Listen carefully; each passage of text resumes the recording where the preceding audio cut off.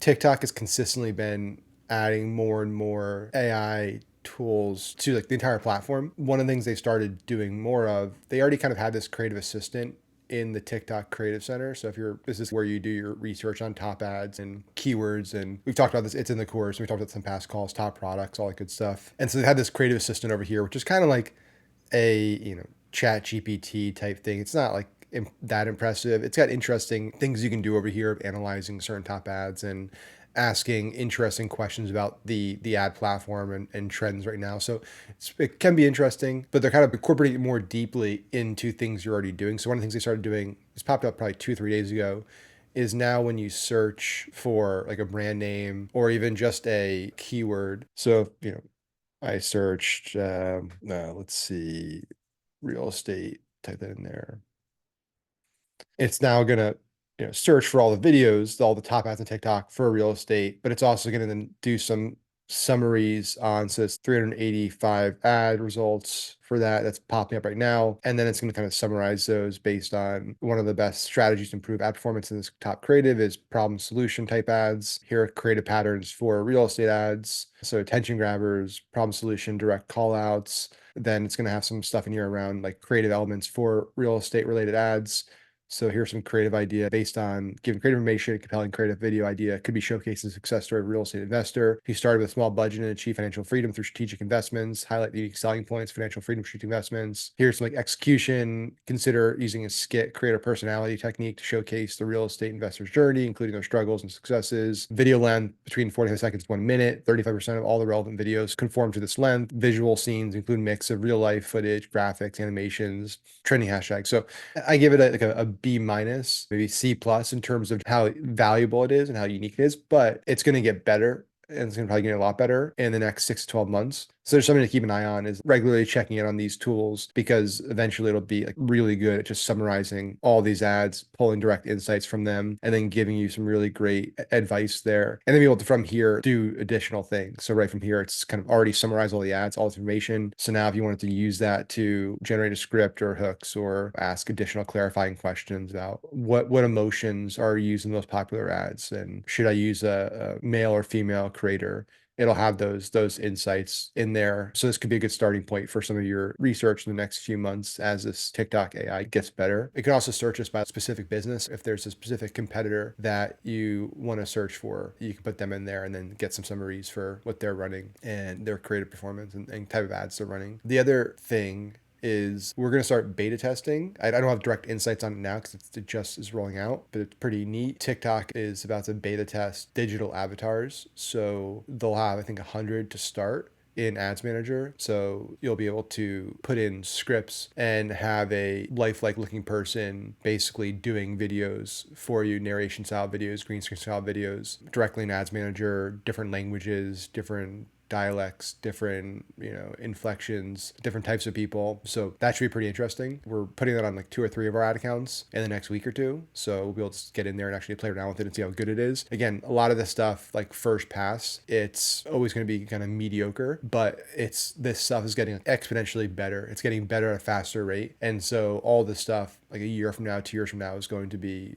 incredibly accurate and good. So getting an early start on it is something I highly recommend when it rolls out to general access. And it'll be something Meta, like if TikTok's beta testing now, I can all but guarantee that Meta is doing it, Google's doing it, Snap's doing it. They're all building their own versions of it. I think this is where you see like the value going forward is be able to think creatively, come up with strategic creative ideas for creative and your offer. Like those are the two things that are really going to be the needle movers for your business. Everything else is going to be less and less relevant and less important because the platform based AI is going to be just so good that's going to be able to do most of the stuff for you, even creating the videos. Again, I think it'll be a few years before AI based videos are better than human based videos, if that. And there'll still be people I think that just do a better job on camera than any type of AI can do. But some of the stuff I've seen already is like pretty wild how good it is at replicating human emotions, making it seem like it's a real person. The one thing that I thought was interesting is all of these videos will have like watermarks on them. So like TikTok's basically gonna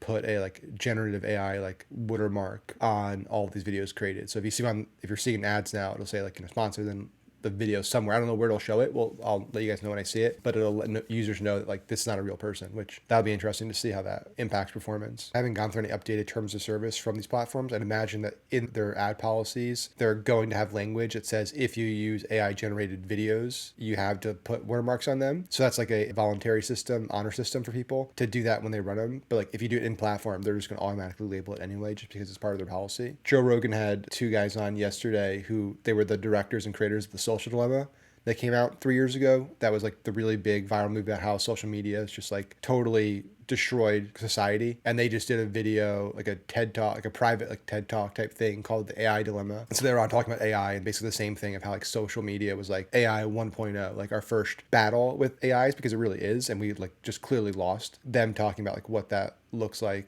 going forward and how these platforms are going to handle it or try to handle it, and doesn't sound too good in terms of how it's going to work out in a few years, mainly because of this. They said like the stat, not even like 5-10 years, but in like 2 years, I think 60% of all the content we see online is going to be generated by AI, not by humans. You already see like Sports Illustrated got caught like last month. One of their articles was written by AI and they made it seem like it's written by a human, and they got busted for that. It's going to be everywhere, and it's gonna be very hard to tell the difference between what's real and what's not real. There's some good stuff. HeyGen does a pretty decent job. Be Human, they both do a pretty good job. They all have tiers, right? So they all have like the instant cloning where you can just go in and quickly like a few photos and create a kind of a digital avatar. But then they have like all of them have pro tiers where, you know, it's 4K multiple angle camera shot or scans, and then it creates a digital version of you. 11 Labs, the same thing with the audio, where you can do professional voice cloning. It requires a lot more samples from you. But even these guys, you know, Asa and Tristan, who were the two creators of Social Dilemma, were saying now it takes just 3 seconds of audio to completely replicate your voice and clone your voice to do a new AI version of it. It's maybe not the perfect one, but it's like only needs 3 seconds to get inflection and tone and how you speak and stuff, which is wild. We'll see how that goes. The silver lining is that their whole argument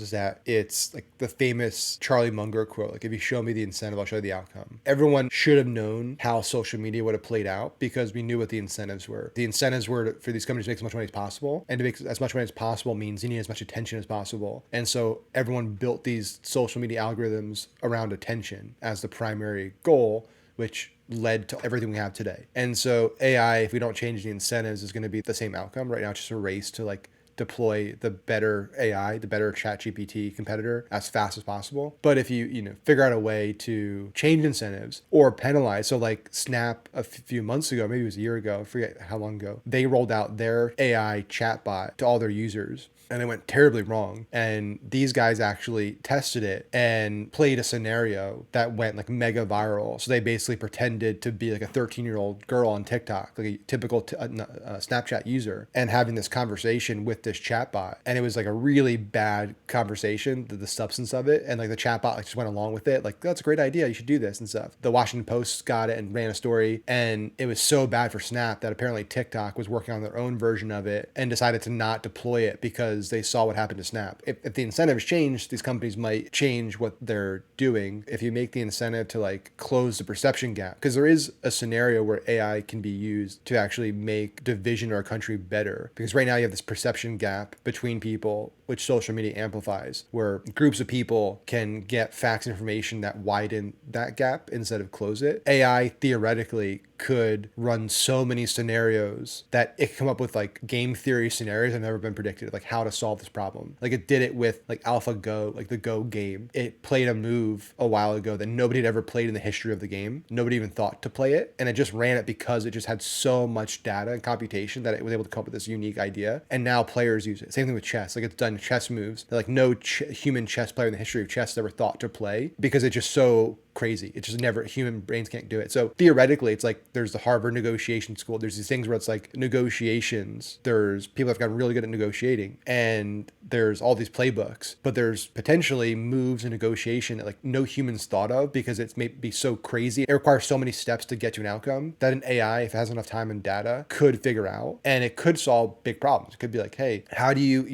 de-escalate a military conflict between America and China over Taiwan? And it's like our best human minds may have no idea how to do that and make it a win-win, but like this may be able to figure out a win-win solution. There is a silver lining to it. It's a flip of a coin at this point. How is AI being applied to optimization and media buying? Yeah, I mean, I think that the big thing that we're going to see, one, I think in the definitely next 5 years, it could be even sooner than that. I would go as far as say 80%, maybe it's more, maybe it's less, of media buyers and ad agencies are out of business, because a lot of what a media buyer and an ad agency does is pushing buttons and making logic-based decisions, or they should be making logic-based decisions, but a lot of it's emotional-based decisions. So it's, just like in our program, it's like, if this ad is run for 2 days with no sales, pause it. If this ad is run for 3 days, and like, it's very mathematic. You don't need a human to do that. Revealbot and automation has been able to do that for a while, like that level of automation. But it'll get better where you'll have AI that can essentially analyze massive amounts of data and modify those logic conditions in real time based on your CPA and your offer and your performance. Maybe the ideal time window for your ad account is a 55-hour window of time, and spend 2.5x. Like, it'll modify and constantly be tweaking and figuring out the optimal point to kill ads, to scale ads. And so that'll all be done better by an AI, better than any of the best media buyers in the world. And that'll save business owners a ton of time, which is great. Save a lot of money, which is great. And then what you'll see is the kind of brain power and the time and resources will go to the like high lever stuff, which is the outside the box ideas and strategy. What if I came up with like a crazy ad idea? Like, if I just came up with this idea, this script, this thing, eventually AI will be able to do that. But like, that's a more midterm thing. So at least for the next few years, that's where you're going to get a lot of bang for your buck, is brainstorming, strategizing, doing lots of creative research, coming up with ideas, hooks, angles. How do I make this more efficient? How do I build out more systems? And AI can support in a lot of that. And then on the offer side, it's like,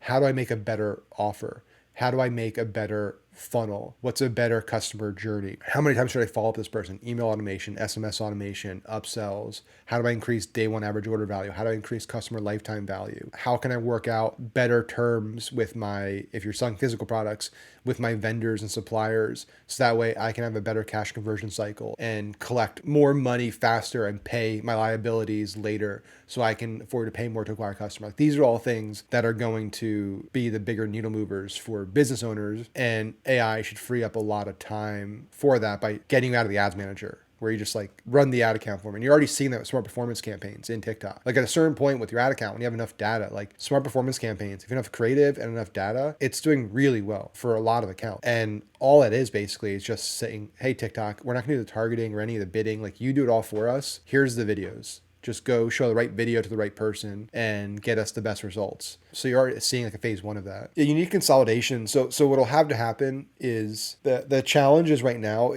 with like investing, right? Like high frequency trading and things that happen in the financial industry. A lot of it had to do with just like, if I can build a really, really powerful engine that can make instantaneous trades off of instant data. So the Fed report comes, like these things come out, and we know if it's sentiments this way or this way. We can, like, it's just analyzing data and making trades, buying or selling, buyer and selling. And then the name of the game is like putting your server closer to the pipe in Jersey to get the millisecond of it's like that's the game there. With media buying and marketing, there's a lot of pieces that need to be put in place to fully autonomously buy media. So there's the creative element, there's the actual button pushing element, there's the data reporting, tracking, analytic. Like, there's all these players in the space. So there's some people out there that do like ads management. They have tools for that, support with that. There's some people out there, Triple Whale and stuff, that have the analytics and the reporting. Then there's people out there with the the creative tools that can make cool creative, like Creatify and stuff. And so what you need is to have something like Triple Whale, which, if I had to guess, I would say that their companies like them are the most likely ones that are going to do something big in the space, because they have all the data, and whoever has the data has the ability. Triple Whale does analytics and reporting. It's primarily for Shopify, for all your ad platforms. So it's for Shopify stores. So it pulls in your Facebook ad data, your TikTok ad data, your YouTube ad data, all this stuff, and then uses your first party data in Shopify to give you like really accurate pulse on like where the purchase come from. You'll something like that. They have all the data.